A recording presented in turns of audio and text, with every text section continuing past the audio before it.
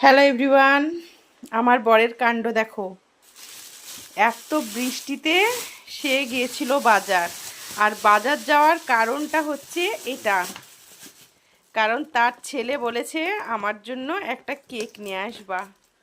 আমি এত বললাম যে বৃষ্টি হচ্ছে যেও না, কিন্তু সে বলছে আমার একটু বাজারে কাজ আছে।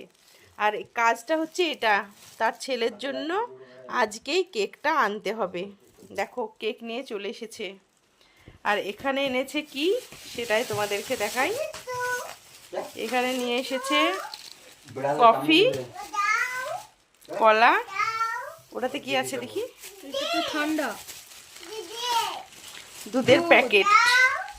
কফি খাবে বলে দুধের প্যাকেট নিয়ে চলে এসেছে।